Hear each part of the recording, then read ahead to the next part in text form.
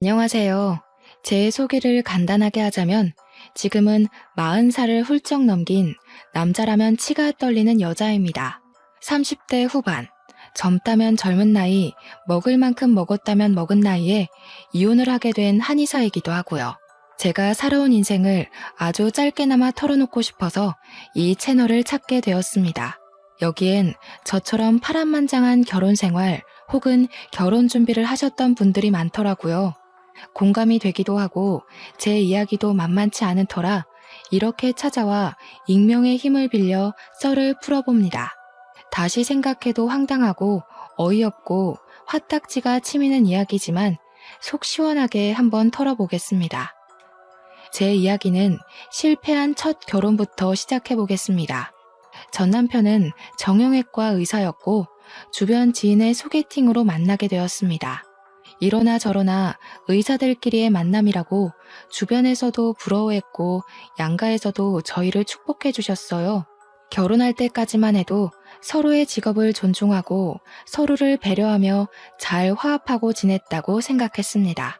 그런데 결혼한 지 얼마 되지 않고서부터 전 남편은 저의 직업을 무시하기 시작했습니다. 한의학은 다 개뻥이라면서 침으로 어떻게 아픈 데가 나을 수 있냐? 정형외과적 시술이 필요하다는 등 저를 무시하기 일쑤였어요.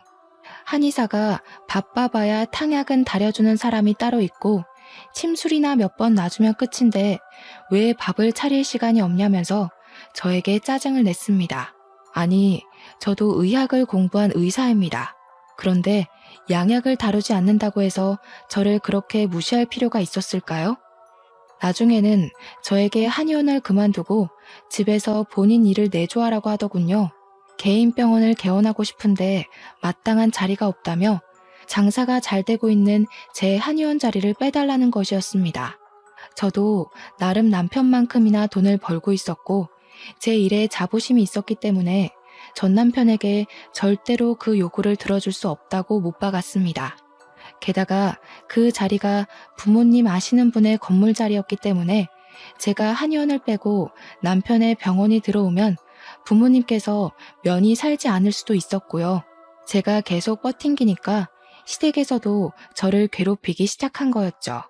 예전에는 한의사 며느리라고 예뻐 죽겠다면서 용돈도 쥐어주시던 전 시모는 저에게 김장을 하러 오라고 강짜를 놓지를 않나 시부는 여자가 바깥일 해봐야 남편 기죽이는 일이라면서 당장 그만두라고 호통을 치곤 하셨습니다. 저는 제가 그 수모를 견뎌가며 전 남편과의 결혼 생활을 유지해야 할 필요를 느끼지 못했어요. 저만 해도 혼자 월 500만 원의 수입을 가지고 오는데 혼자 살면 넉넉하게 쓰고도 남을 돈 아니겠습니까? 단지 남편과의 2세 계획 때문에 돈을 모으고 무리해서 큰 평수로 이사를 갈 생각을 하고 있었기에 허리띠를 졸라맸을 뿐이었어요.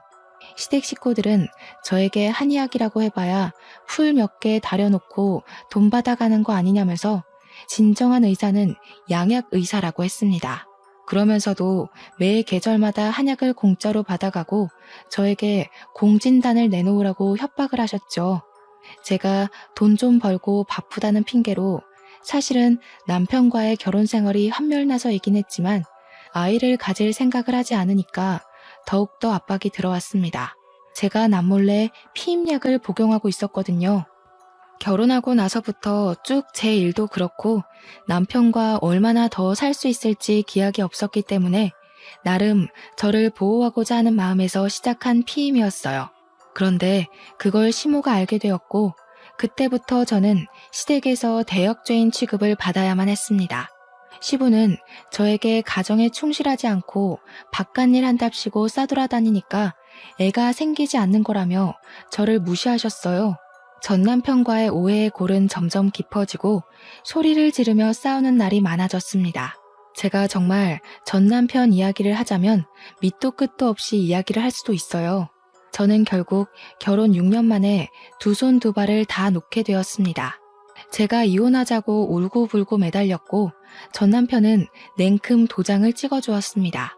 그리고 6개월 만에 자기가 다니던 병원 간호사랑 재혼을 하더라고요. 언제부터 만났는지는 제가 알아본 적 없어서 모르겠지만 아마도 저랑 이혼하기 전부터 만남이 있지 않았을까 싶습니다. 바람이라고 하면 바람이죠. 이미 전까지 다 털려버린 와중에 상간녀 소송을 걸기 위한 자료를 모을 힘이 없어 저는 그들의 결혼을 그냥 지켜봐야 했습니다. 솔직히 배신감도 전혀 들지 않았어요. 단지 나이도 어리고 세상 물정 모를 것 같은 그 재혼한 간호사가 불쌍할 지경이었습니다. 제 나이 38살에 그 일을 겪고 난 이후 저는 남자라면 완전히 치를 떨기 시작했습니다. 그래도 짧다면 짧고 길다면 길 수 있는 6년의 결혼 생활이었는데 이혼 도장을 찍고 모든 걸 정리하고 나니 남는 건 돈뿐이더군요. 돈이라도 얻어서 다행이라고 생각하고 있었는데 제가 이혼하고 나서도 부모님의 지인이신 건물주 때문에 한의원은 계속 유지하고 있었거든요. 그 자리를 호시탐탐 탐내던 전 남편은 저를 그 자리에서 쫓아내고 싶었는지 틈만 나면 전 시댁 식구들이 한의원으로 들이닥쳤습니다. 그러면서 침 한 번 맞으러 왔다, 철이 돼서 한약 지으러 왔다, 공진단 좀 줘라 하시며 공짜로 모든 볼일을 보고 가셨습니다. 저야 원장실에 있으니까 접수처에서 어떤 일이 벌어지는지 모르고 있었죠. 내가 이 집 시부모였던 사람이야 하면서 직원들을 협박해가며 공짜로 모든 볼일을 보고 있었다는 사실을 뒤늦게 알았습니다. 말도 안 되는 이야기를 해대면서 불이익을 주겠다고 직원들을 협박하는 바람에 저한테 속 시원히 털어놓지도 못했더라고요. 시댁 식구들뿐만 아니라 시부모의 지인까지 저희 한의원을 찾아와 공짜 진료를 보고 나서야 알게 되었습니다. 저는 이대로는 안 되겠다 싶은 마음에 직원들에게 진심으로 사과를 하고 한의원을 정리했습니다. 다른 동네로 이사를 가든지 해야 제 마음이 편할 것 같았거든요. 저한테 뭐 맡겨둔 사람처럼 한약을 내놓으라고 하는데 저는 전 시모가 약초라도 캐온 줄 알았다니까요. 제가 이사를 결심하고 건물주분께 이 자리에 정형외과 계약만큼은 하지 말아달라고 했어요. 제 사정을 다 알고 계신 덕분에 알겠다는 답변을 받았지만 또 건물주 입장에서는 하루빨리 공실이 비어야 하는 것도 있어서 제가 그러지 마시고 만약 전 남편이 계약을 하러 오면 월세를 2배 받으시라고 일러두었습니다. 당연히 전 남편이 그 자리를 차지하기 위해 들이닥쳤고 건물주분은 저와의 약속대로 월세 2배의 계약을 했고 한의원의 특성이 좋아서 찾아오시던 분들도 그 자리에 정형외과가 들어오니 자연스레 다른 한의원을 찾아가셨더라고요.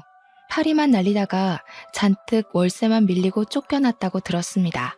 이래서 의사도 의사 나름이지 무작정 개원한다고 다 잘 되는 것도 아닌가 봐요. 속으로 얼마나 고소했는지 모르겠어요. 저는 그 이후로 신도시로 이사를 했습니다. 어차피 혼자 사는 인생인데 큰 집도 필요 없겠다 싶어서 오피스텔 하나 잡고 나름 신식 건물에 보증금 빵빵하게 채워서 한의원을 차렸습니다. 인테리어를 신식으로 싹 바꾸니까 깔끔하고 고급스러운 분위기가 나더라고요. 요즘은 시선을 사로잡는 그런 분위기가 중요하다고 인테리어 업자가 비싼 돈 주더라도 한 번에 잘해보자고 하더니 정말 그 말이 딱 맞는 게 아니겠어요? 솔직하게 말하자면 애들을 상대로 하는 진료가 정말 돈이 잘 되긴 하거든요. 죽어서도 남는 건 돈이라는 마음으로 한의원을 운영하기 시작했습니다. 처음에는 아무래도 생긴 지 얼마 안 된 한의원이다 보니 손님이 별로 없었는데 제가 침을 잘 놓는다는 소문이 맘카페에 돌았대요. 애 어른 할 거 없이 점점 줄을 서서 저에게 진료를 받기 시작하셨죠. 한약도 보통은 6개월에 한 번씩은 권장을 드리거든요. 소아 같은 경우에는 면역력 증진, 밥 잘 먹는 한약, 키 크는 한약을 내세워서 팔았더니 정말 하루 종일 탕약기가 쉬는 날이 없을 정도로 바빠졌어요. 어르신들도 제가 침 맞으시면 쑥뜸이나 부항도 공짜로 해드리고 했더니 좋다고 매일같이 오셔서 진료받고 가셨고요. 그러다 보니 환자가 어마어마하게 늘어났고 매일같이 도장을 찍는 단골분들도 생겼습니다. 제가 또 성격이 할 말 다 하는 성격이긴 하지만 일할 때는 친절한 척 착한 척하며 진료를 봐서 그런가 평이 점점 좋아지더라고요. 여자는 결혼하면 손해라는 말이 있지 않습니까? 그 말이 딱 어울리게 혼자 사니까 너무 여유롭고 좋더라고요. 항상 저녁 시간이 저에게는 전쟁이나 다름없었거든요. 이유는 역시 남편에게 차려줘야 하는 저녁 식사 때문이었죠. 일을 마치고 부랴부랴 준비해야 했기 때문에 제가 좋아하는 반찬이 아니라 반찬 가게에서 사온 반찬들로 준비해야 했어요. 빠르고 간편하게 후다닥 준비할 수 있는 반찬과 국 위주로 준비하다 보니 어느 날부터 제가 무슨 음식을 좋아했었는지를 모르겠더라고요. 그런데 혼자 살기 시작하면서 외식도 하고 혼자 먹고 싶은 요리를 해서 먹기 시작하니까 정말 천국이나 다름없는 기분이 들었습니다. 집도 오피스텔이긴 하지만 투룸에 드레스룸까지 딸려 있어서 혼자 살기 넓고 충분했어요.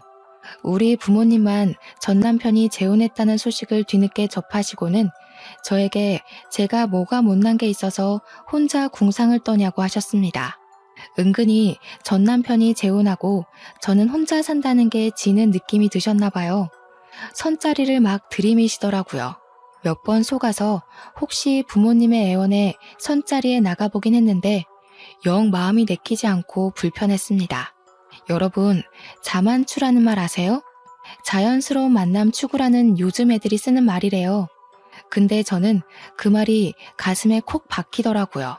자연스럽게 만나서 물 흐르듯이 그런 연애가 하고 싶었습니다. 물론 결혼을 하라고 하면 싫다고 도망갈 것 같았지만요.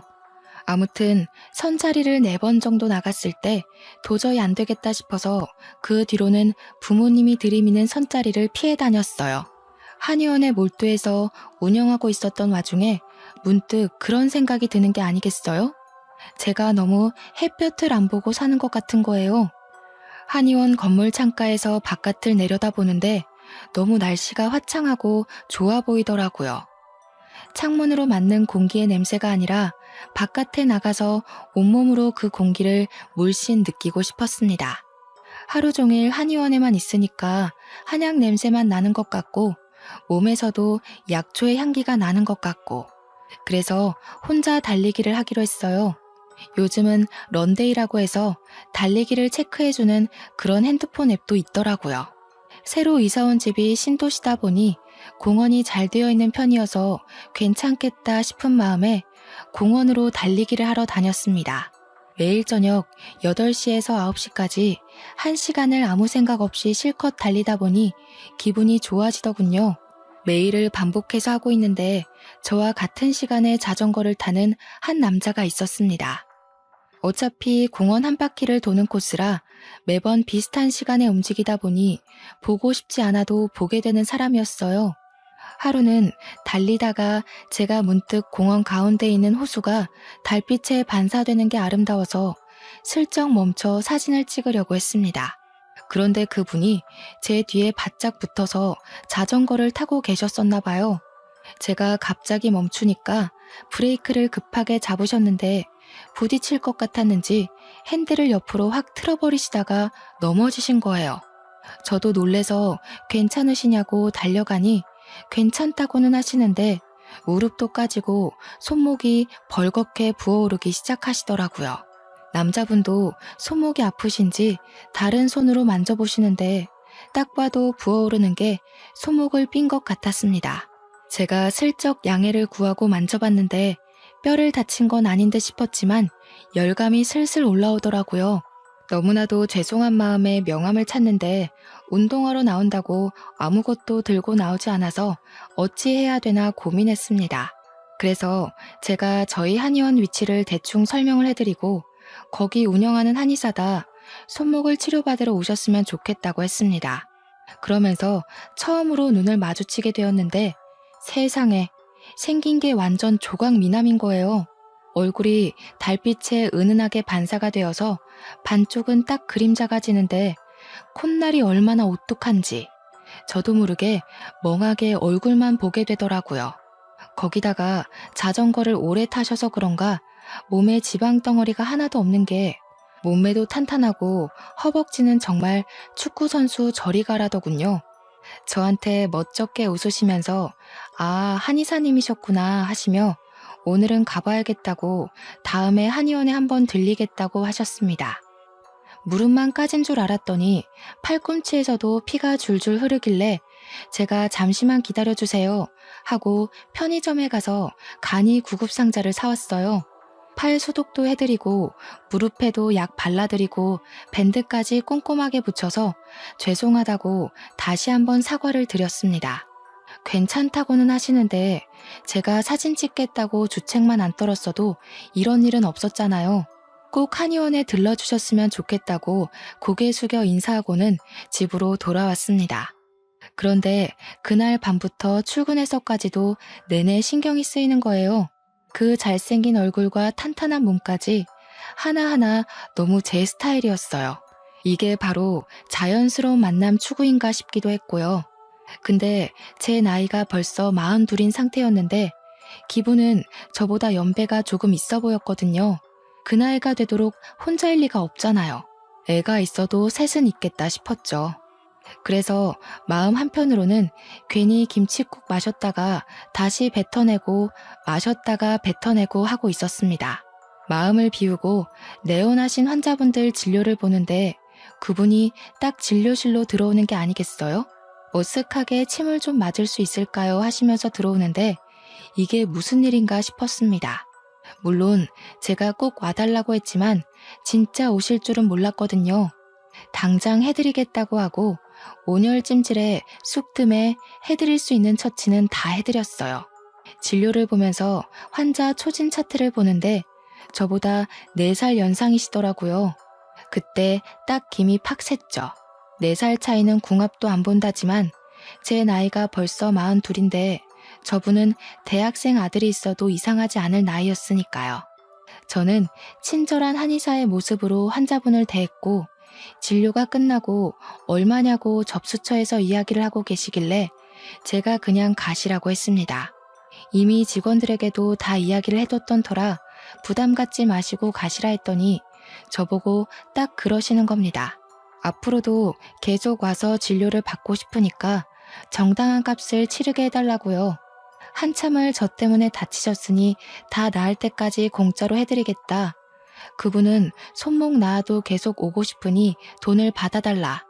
그런 싸움을 계속하다가 합의를 보았습니다.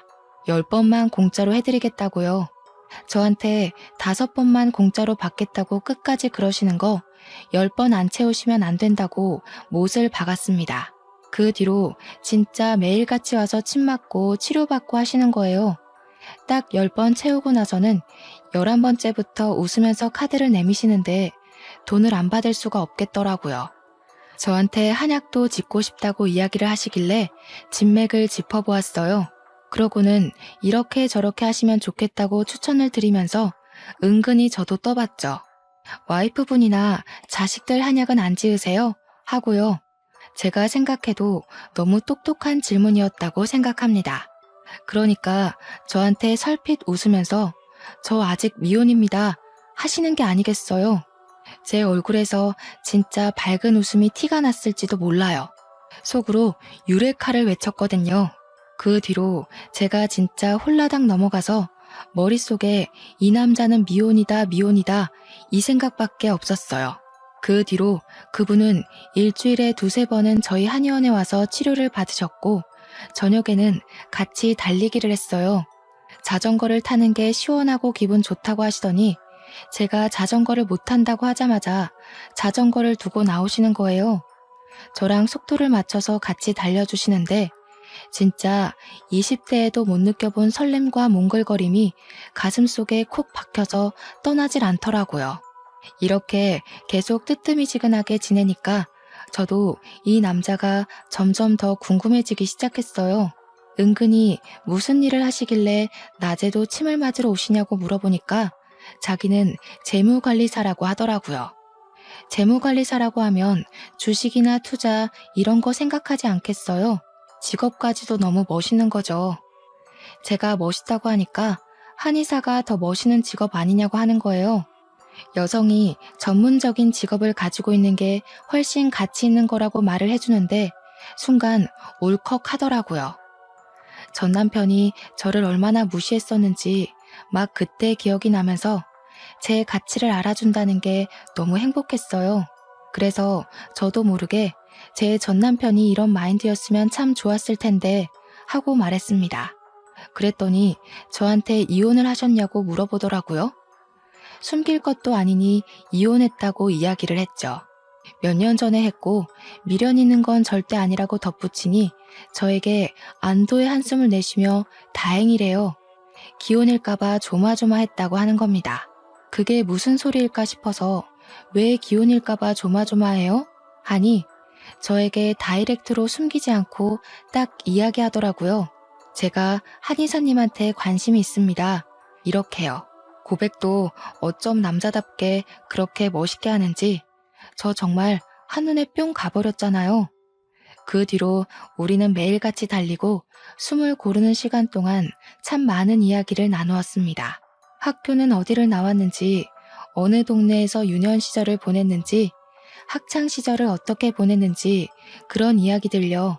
그분은 자기가 학창 시절에 공부를 안 해서 골칫 덩어리를 맞고 있었다고 했어요. 그런데 좀 의구심이 들었죠.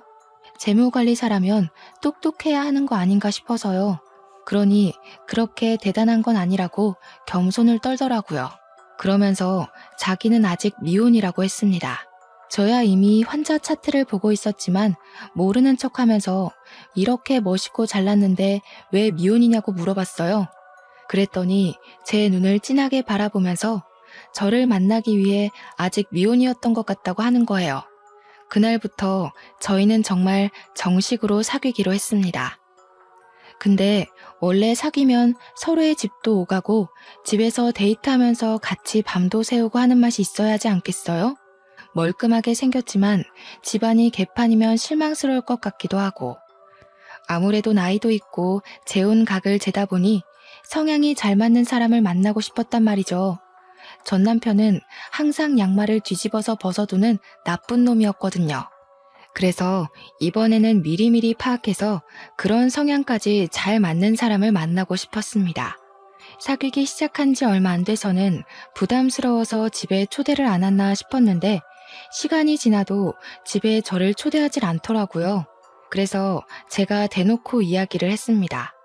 왜 집에 초대를 하지 않냐고 하니 상당히 당황해하면서 집에서 근무하는 시간이 많다 보니 자료들이 많아서 그런 거라고 이해해 달라고 했어요. 아무래도 개인정보가 어쩌고 저쩌고 하면서 변명을 하는데 생각해보니 재무관리사니까 그럴 수 있겠더라고요. 다른 사람의 재산과 개인정보를 가지고 투자를 대신해주는 거니까요. 오히려 이해 못한 사람이 된 기분이 들어서 제가 미안하다고 했습니다. 그러다 보니 우리 집에서 보통 데이트를 하고 같이 지내고 하게 되었어요. 그런데 약간 이상한 게 보통 집에서 데이트를 하고 하룻밤 자고 가라고 한 5번 이야기를 하면 그 중에 한 번 정도만 자고 가는 거예요. 집에 꿀단지라도 숨겨둔 거 아닌가 했는데 고객 관리 차원에서 집에서 근무하는 일이 많으니까 이해를 좀 해달라고 하더라고요. 그게 주식이 해외 시장 같은 경우에는 새벽에 열리고 공인인증서가 필요해서 어쩔 수 없대요. 잘 모르는 분야이기 때문에 제가 이해할 수밖에 없었어요. 그렇게 나이 40을 훌쩍 넘기고 데이트다운 데이트를 해보기 시작했습니다. 전 남편과는 소개팅으로 만난 사이지만 거의 선짜리나 다름없었기 때문에 서로의 조건만 보고 서둘러서 결혼을 했거든요. 지금 남자친구와는 SNS에서 맛집을 검색해서 찾아가고 TV에 나오는 맛집 여행기를 보면서 같이 먹으러 다니고 그랬어요. 데이트 명소라는 여의도 벚꽃놀이도 처음으로 가봤고요. 양평 두물머리에 핫도그가 유명한 거 아시나요? 거기서 핫도그를 먹으며 노을 지는 강을 딱 둘러보는데 너무 좋더라고요. 안면도에서 칼국수를 먹으며 밤바다 구경하면서 맥주도 한 캔 하고 정말 너무나도 행복했어요.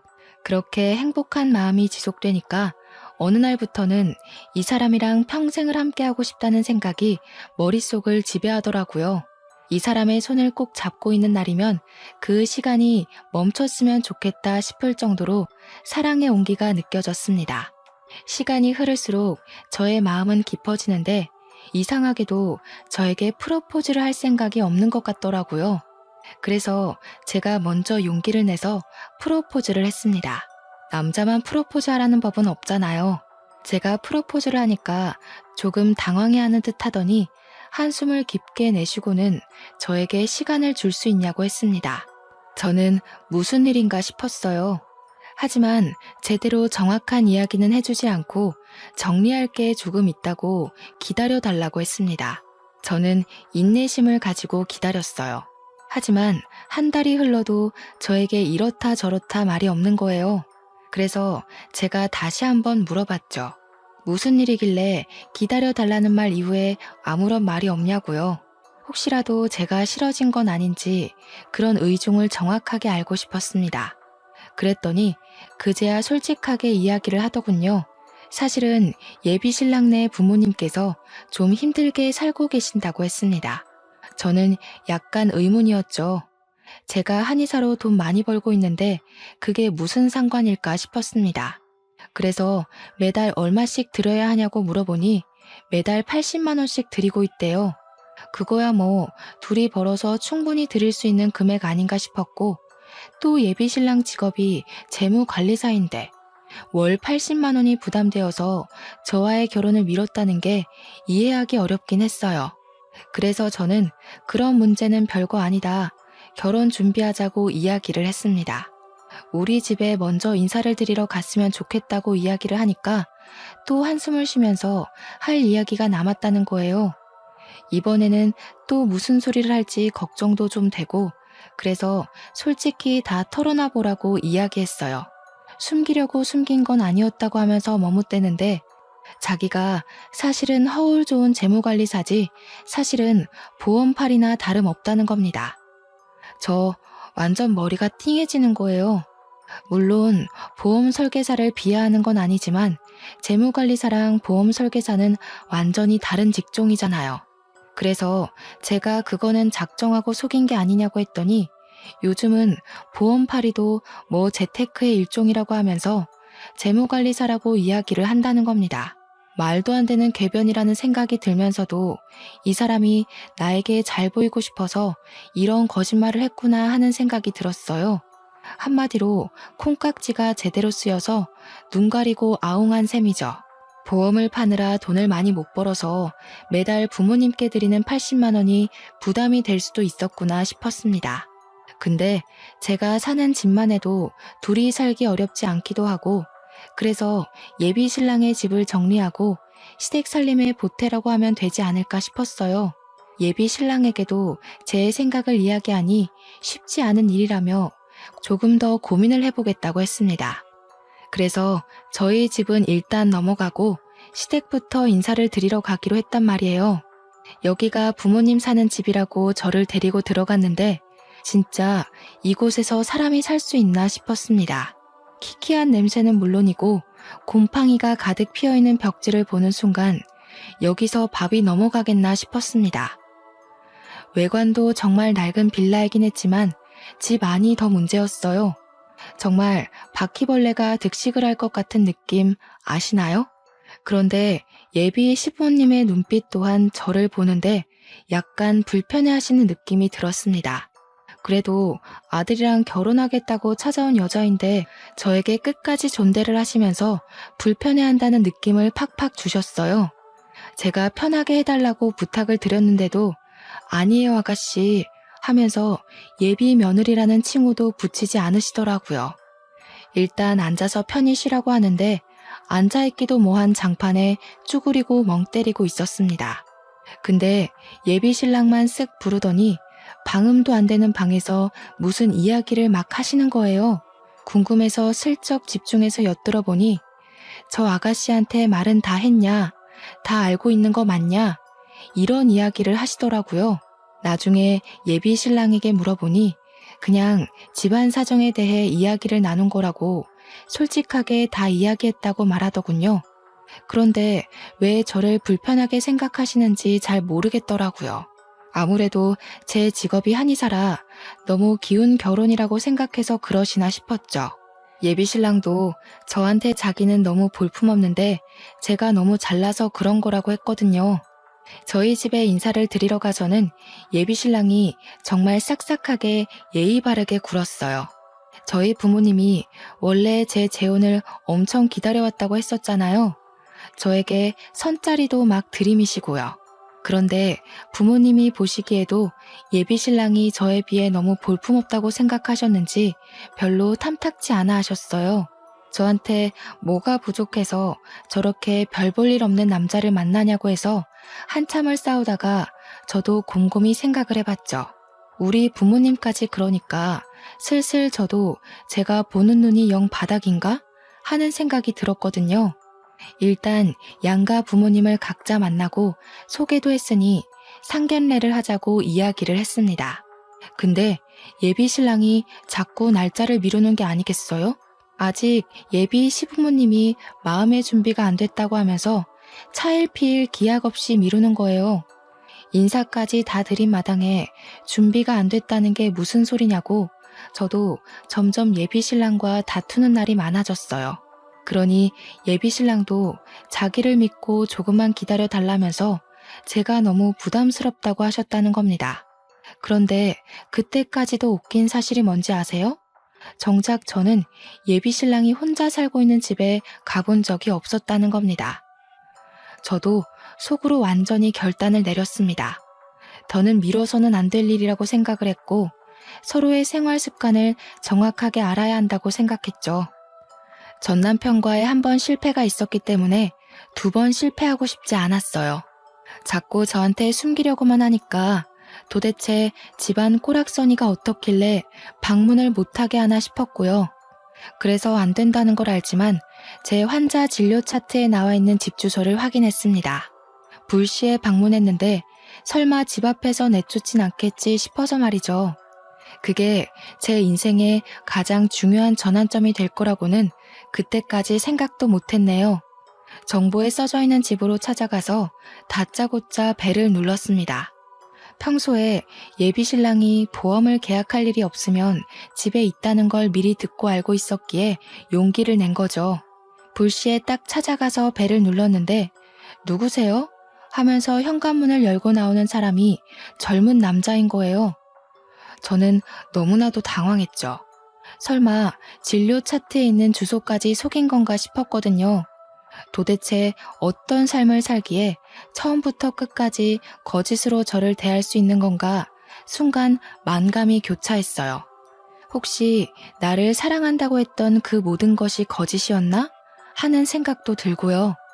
끽해봐야 대학생 정도로 보이는 남자한테 저는 살짝 떨리는 목소리를 가다듬고 물어봤어요. 여기가 김진성 씨 집 아닌가요? 하고 물어보니 저한테 맞는데 누구세요? 이러는 거예요. 맞는다고 하니까 더 혼란스러운 거 있죠. 그래서 김진성 씨는요? 하고 예비 신랑을 찾았습니다. 조카랑 살고 있는 건가 싶어서 이야기를 들어봐야겠다 생각했어요. 그런데 갑자기 그 대학생 정도로 보이는 남자애가 아빠 손님 왔는데 이리 와봐 하는 게 아니겠어요. 저는 정말 입을 떡 벌리고 아무 말도 할 수가 없었습니다. 순간 머리에 진짜 망치를 맞은 듯한 기분이었습니다. 대학생으로 보이는 아들이 존재한다니. 저한테 분명히 미혼이라고 했고 그동안 아들의 존재나 결혼을 했었다는 이야기를 한 적이 없었거든요. 이게 다 무슨 일인가 싶어서 멍하니 집을 바라보는데 사각 팬티 바람으로 누군데? 하고 나오는 남자가 제 예비 신랑인 거예요. 눈을 여러 번 비비고 봐도 제 예비 신랑이었습니다. 저도 놀라고 예비 신랑도 놀라고 아빠라고 부른 남자애는 뭐야? 하고 보고 있고 예비 신랑이 야, 문 닫아 하고 소리를 치는데 제가 발로 문을 턱 막았습니다. 그러자 문을 닫으려던 예비 신랑의 아들이 놀래서 저를 쳐다보더라고요.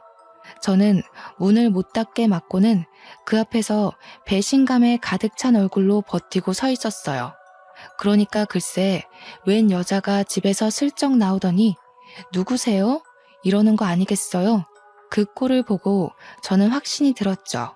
부인이구나 싶었습니다. 남자애는 모르겠다고 아빠 손님인 것 같은데 그러고 있고요. 저는 성격이 할 말 다 하는 성격이라고 했잖아요. 그 꼴을 보는 순간 결혼이고 나발이고 아무 생각도 들지 않았어요. 그냥 그 집안으로 쑥 들어가 버렸습니다. 웬 여자가 갑자기 집으로 들어오니 사정을 알고 있는 예비 신랑만 혼비백산이 되고 와이프로 보이는 여자와 아들인 남자는 저를 미친년 보듯 보더군요. 그날을 다시 생각해도 너무 어이가 없고 황당하고 진짜 열이 받네요. 아무튼 다짜고짜 들어가서 이야기들 좀 하시죠 하니까 다들 어리둥절해 하는데 예비신랑, 아니 그 미친놈만 벌벌 떨더라고요. 그래서 제가 거기서 당당하게 말했습니다. 제가 저 남자랑 결혼을 약속한 사이거든요. 물론 와이프가 있다는 이야기도 다 큰 아들이 있다는 이야기도 못 들었습니다. 혹시 저랑 결혼하기로 했다는 이야기를 들은 적 있나요? 그러니까 아들도 와이프도 전부 기겁을 하면서 미친 거 아니야? 누가 미친 거야? 전현이 미친 거야? 네가 미친 거야? 난리가 나더라고요. 머리가 지끈거리면서 아파지는데 저도 이대로 당하고만 있을 수 없잖아요. 확실하게 끝을 내더라도 저를 속인 저놈이 벌은 받고 끝나야 하지 않겠어요? 저도 몰랐어요. 저한테는 미혼이라고 했거든요. 저랑 여행도 잘 다니고 저희 집에서 자주 밤을 새웠기 때문에 꿈에도 생각 못했습니다. 거기다가 제가 저 미친 인간네 부모님까지 만나 뵙고 인사를 드렸거든요. 거기서도 저에게 유부남이라는 이야기는 하지 않았습니다.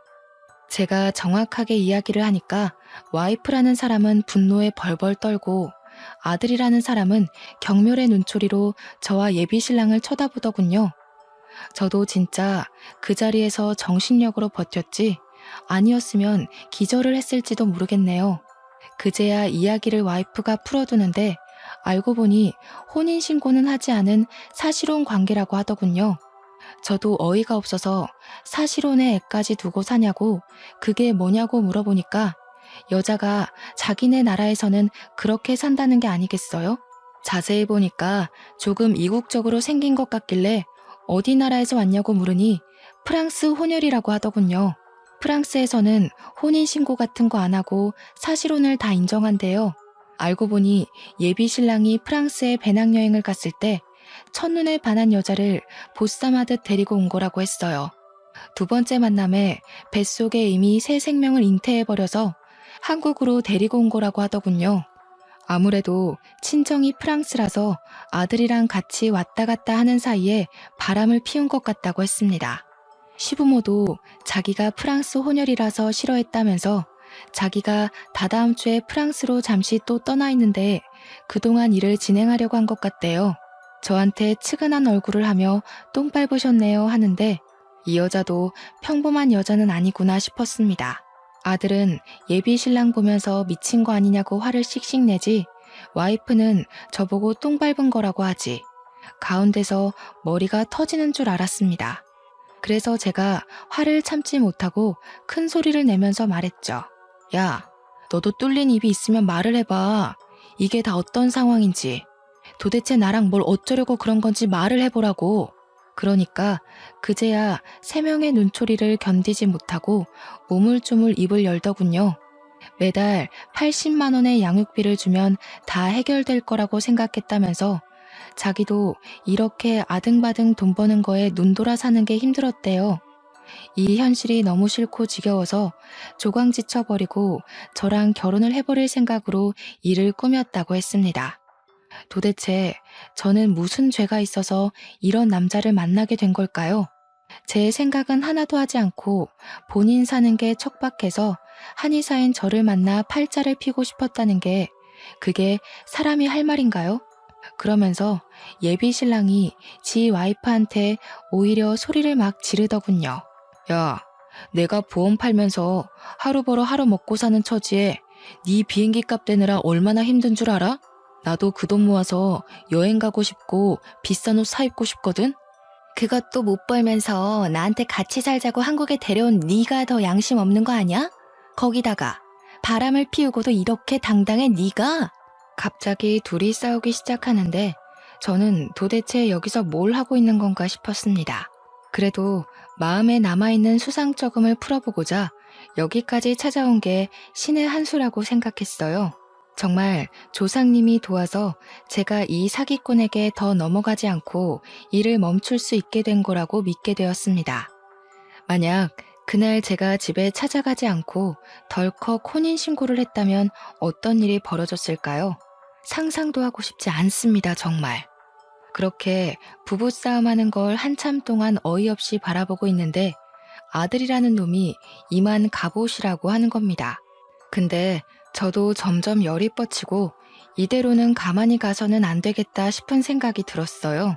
그래서 신발을 신고 집안에 성큼성큼 들어가서 설거지통에 물을 가득 받아서 그 부부에게 뿌려버렸습니다.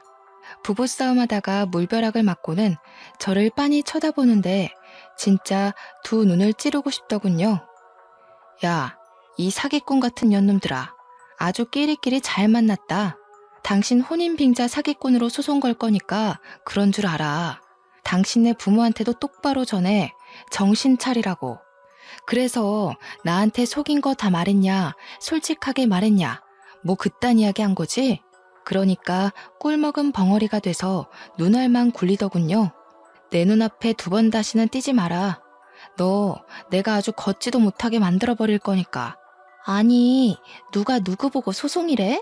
너도 상간녀야, 상간녀.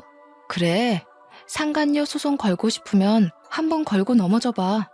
저 인간이 나한테 미혼인 척한 거, 나 속인 거 아주 증거는 차고 넘치니까. 우리 나눈 대화부터 전화통화, 우리 병원에 방문해서 미혼이라고 한 것까지 전부 다 기록으로 남아있어. 누가 이기나 한번 해보자고. 소송비는 될 수 있고. 제가 열받아서 막 우다다 쏟아내니까 둘 다 아무 말 못했어요. 그러고는 뒤도 돌아보지 않고 그 집에 침 한 번 뱉고 나왔습니다. 하지만 저는 그 인간을 혼인빙자 사기로 소송을 걸 수 없었습니다. 제가 금전적으로 피해를 본 사실이 없기 때문에 사기죄가 성립되지 않는다는 경찰의 말 때문이었죠. 저는 정말 똥 밟은 셈 치고 그 인간과 마주치지 않기 위해 최선을 다했습니다. 운동도 헬스를 다니기 시작했고 공원 근처 그 인간과 갔던 곳은 쳐다도 안 봤어요. 근데 그 뒤로 한 달 반쯤 뒤에 그 인간이 저희 한의원으로 찾아온 거 아니겠어요? 마누라랑 싸우고 완전히 갈라섰다고 프랑스로 가버렸다면서 다시 한번 잘해보자고 하더군요. 제가 미친년도 아니고 그 말에 넘어가겠습니까? 절대로 싫죠. 그래서 꺼지라고 악다구니를 쓰니까 저한테 계속 잘못했대요.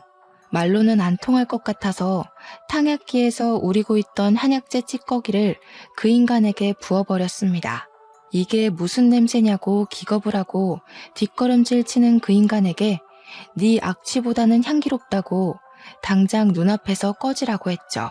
그 뒤로 두 번 더 찾아왔을 때는 경찰에 영업방해로 신고해서 쫓아냈고요. 지금은 경찰이 무서워서인지 다른 여자를 찾은 건지 모르겠지만 잠잠합니다. 하지만 언제 다시 찾아올지 모른다는 불안함도 있고 집도 알기 때문에 저는 다시 이사 준비를 하고 있어요. 한의원도 다른 동네로 이사가고 집도 알아보고 있고요. 여러분, 세상에는 정말 미친놈들이 많은 것 같습니다. 제가 아무리 조심한다고 해도 작정하고 속이는 놈들이 많아서 걱정이 되네요. 여러분들은 현명하게 저 같은 일 겪지 마시고 사람 만날 때 꼼꼼하게 살펴보시기 바랄게요. 저는 이쯤에서 글을 마무리하도록 하겠습니다. 감사합니다.